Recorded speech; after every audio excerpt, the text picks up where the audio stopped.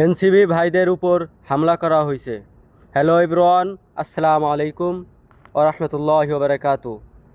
আমাদের এনসিবি ভাইদের উপর আক্রমণ করা হয়েছে এবং তাদেরকে প্রচুর পরিমাণ মারধর করা হয়েছে।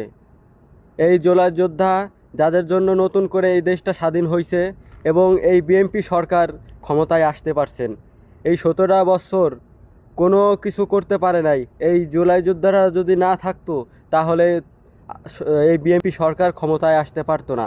তাহলে কেন এই জুলাই যোদ্ধা ভাইদের উপর এত আক্রমণ করা হয়েছে? এই জন্য এই সরকারের কাছে অনুরোধ থাকবে, এইসব থেকে বিরত থাকুন, এইসব বাদ দেন। না হলে এই শেখ হাসিনা সরকারের মতো আপনারাও কিন্তু পালায় চলে যেতে হবে। তাই ভালো হবে যে দেশটাকে ইসলাম অনুযায়ী চলান এবং